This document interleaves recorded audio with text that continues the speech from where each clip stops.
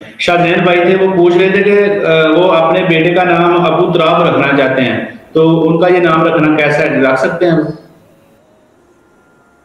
آپ یہ رکھ سکتے ہیں۔ ابو تراب نام مولا علی علیہ السلام کی کنیت ہے، جو بخاری اور مسلم دونوں پہ آیا کہ اللہ کے نبی علیہ السلام نے یہ ان کا نام بڑا ایک انگیز واقعہ ہے۔ صحیح بخاری میں بھی ہے، مسلم میں بھی، حضرت علی کے فضائل والے چیپٹر میں، اور صحیح مسلم میں ذرا تفصیل کے ساتھ ہے، 629 نمبر حدیث ہے، اور بخاری میں بھی یہ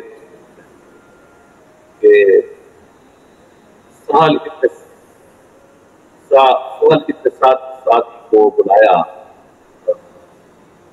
اہل فرمان میں سے کسی نے کہا کہ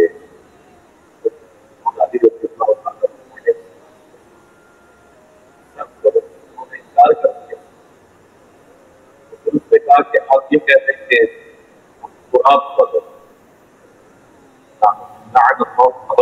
علی بھائی آپ کی آواز نہیں آ رہی، علی بھائی آپ کی آواز نہیں آ رہی، اور کمنٹ میں بھی لوگ بتا رہے ہیں کہ آپ کی آواز نہیں آ رہی۔ یہ آپ کے سٹریم کا مسئلہ ہے پھر، یہ آپ کا ابھی آپ کی آواز ٹھیک ہے، ابھی آپ کی آواز ٹھیک ہے۔ ہاں وہ سٹریم میں ایشو آ گیا ہوگا نا، آپ کی سٹریم کا ایشو ہے، یہ سافٹ ویئر کا ایشو ہے، میرا نہیں ایشو، کیونکہ میں نے تو اپنی آواز کھولی بھی ہے یہاں سے۔ اب آ رہی ہے آواز؟ جی اب آ رہی ہے، ٹھیک ہے، اوکے۔ ہاں تو میں عرض کر رہا تھا کہ بخاری مسلم دونوں میں حدیث ہے، صحیح مسلم میں تفصیل کے ساتھ ہے 6229۔ آل مروان میں سے سہل ابن سعد الساعدی جو اصحاب بدر میں سے تھے، سابقون الاولون میں ہیں، ان کو بلایا گیا ممبر پر اور کہا گیا کہ آپ ابو تراب کے اوپر سب کریں، علی ابن ابی طالب پر۔ انہوں نے کہا میں کبھی بھی نہیں کروں گا۔ انہوں نے کہا چلے آپ یہ کہہ دیں لعن اللہ ابو تراب، ابو تراب پر اللہ کی لعنت، کوڈ ورڈز میں بات کر رہے ہیں۔ انہوں نے کہا تم ابو تراب نام کو اتنی تحقیر کے ساتھ لیتے ہو تھے۔ انہوں نے فرمایا کہ تم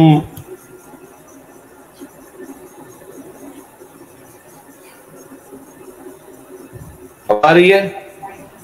جی بولے علی بھائی، آج تو مسئلہ لگ رہا ہے۔ وہ سٹریم بیچ میں کٹ رہی تھی نا، سٹریم کٹ رہی تھی، میں نے اس لیے پوچھا کہ آواز آ رہی ہے؟ ابھی تو ٹھیک ہے بالکل۔ ہاں بالکل ٹھیک، ہاں بالکل ٹھیک آ رہی مجھے۔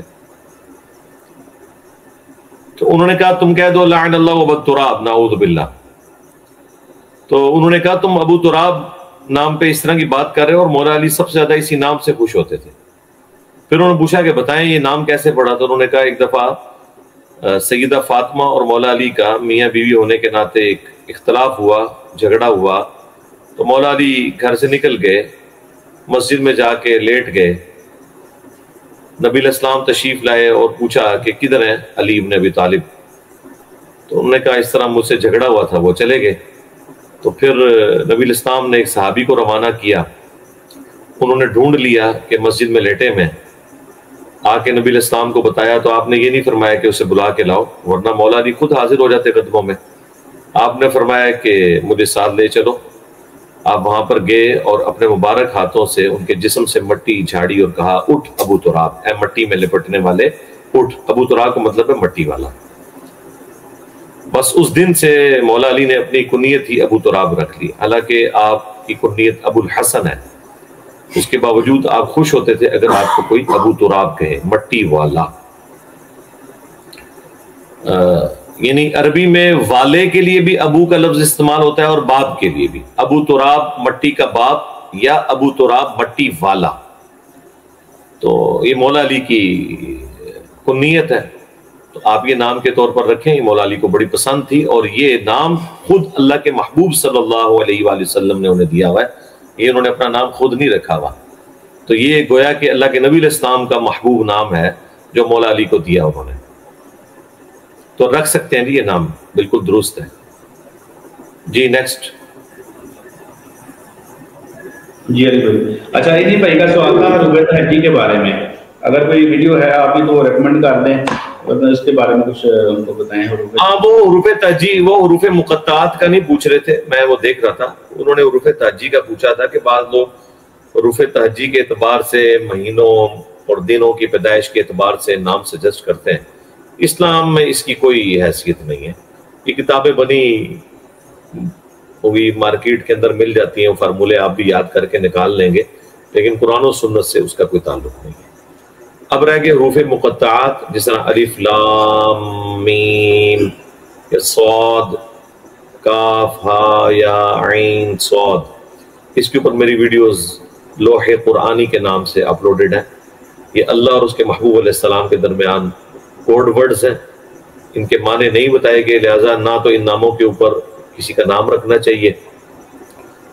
عموماً آپ نے دیکھا ہے لوگوں نے نام رکھا ہوتا ہے یاسین، طٰہٰ. جب ان الفاظ کا معنی ہی ہمیں نہیں پتا تو ہمیں اس طرح کے نام نہیں رکھنے چاہیے. جی نیکسٹ.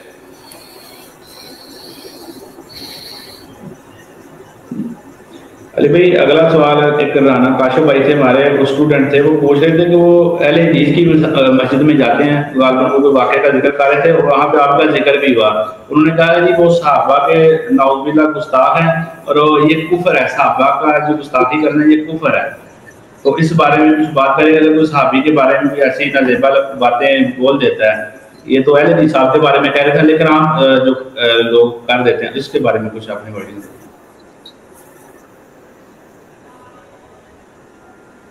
اہل حدیث میں کوئی فارمولے لگائیں گے ہمارے اوپر تو اس کو تجدید و تجدید لگاتے ہیں. سب سے زیادہ گستاخ تو اہل حدیث کو بھی پیش کیا گیا ہے کہ یہ لوگ صحابہ کرام کے گستاخ ہیں.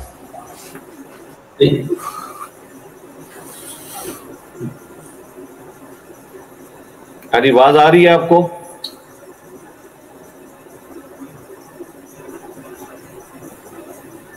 آ رہی ہے علی بھائی، آواز آ رہی ہے.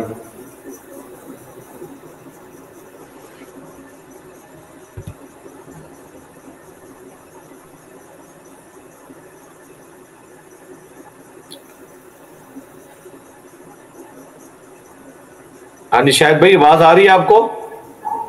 جی علی بھائی آ رہی ہے آواز آپ کی، ابھی آ رہی ہے آواز. آپ اسکرین فل کر دیں، میں جواب دیتا ہوں اس کا. دیکھیں کل تک جو فرمولے اہل حدیث حضرات کے اوپر بریلوی اور دیوبندی لگاتے تھے، انہیں گستاخ صحابہ کہتے تھے، آج وہی فرمولہ دوسروں کے اوپر یہ لگا رہے ہیں. سب سے پہلے تو گستاخی ثابت کی جائے نا کہ وہ گستاخی ہے کیا. اگر بخاری اور مسلم کی احادیث بیان کرنا جو اللہ کے نبی علیہ السلام کے فرامین ہے یہ گستاخی ہے، تو اس کا مطلب آپ کو پتہ ہے کیا ہے؟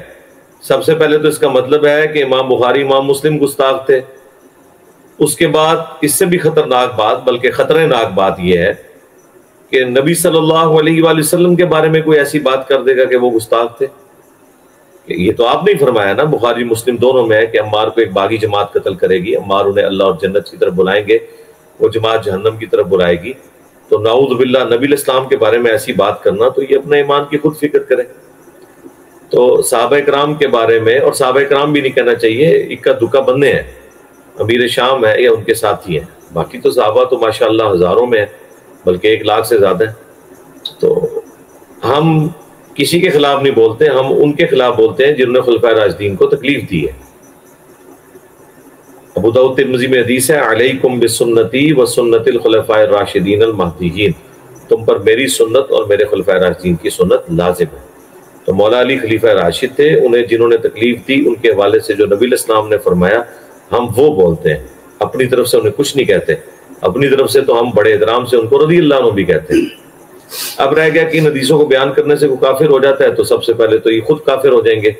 امام بخاری امام مسلم کے اوپر کفر لوٹ جائے گا جنہوں نے یہ حدیثیں نقل کی ہیں. تو ایسی کوئی بات نہیں، ان کی جذباتی باتیں ہیں، اور سن لیا کریں، بس ایک کان سے سن کے اسی کان سے باہر نکال دیا کریں. ہاں کوئی قرآن حدیث سے بات